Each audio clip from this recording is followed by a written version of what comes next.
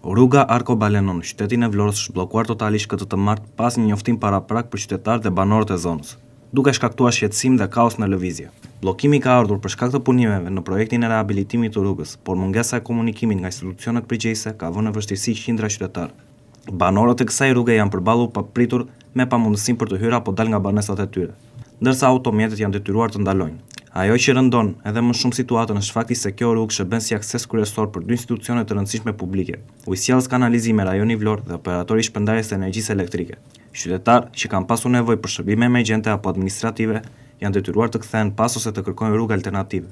Pa asnjë orientim nga Bashkia e Vlorës apo nga firma që po kryejnë punimet, të cilat nuk ka përcjellën në media asnjë njoftim paraprak. Në një qytet ku infrastruktura mbetet një sfidë e përhershme, investimet në rrugë janë të domosdoshme dhe të mirëpritura. Megjithatë, mënyra se si zbatojnë këto punime është po aq e rëndësishme sa vetë investimi.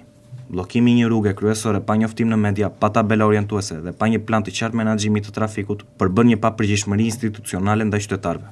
Njoftimi paraprak është detyrim minimal institucioneve publike, jo favor ndaj qytetarëve. Një komunikim i thjeshtë përmes mediave lokale do t'i kishte dhënë mundësinë qytetarëve të organizojnë lëvizjet e tyre dhe do të kishte shmangur pa kënaqësitë, që në fakt këtë të martë kanë qenë të shumta. Qytetarët kërkojnë jo vetëm rrugë të asfaltuara, por edhe respekt, transparencë dhe përgjegjësi.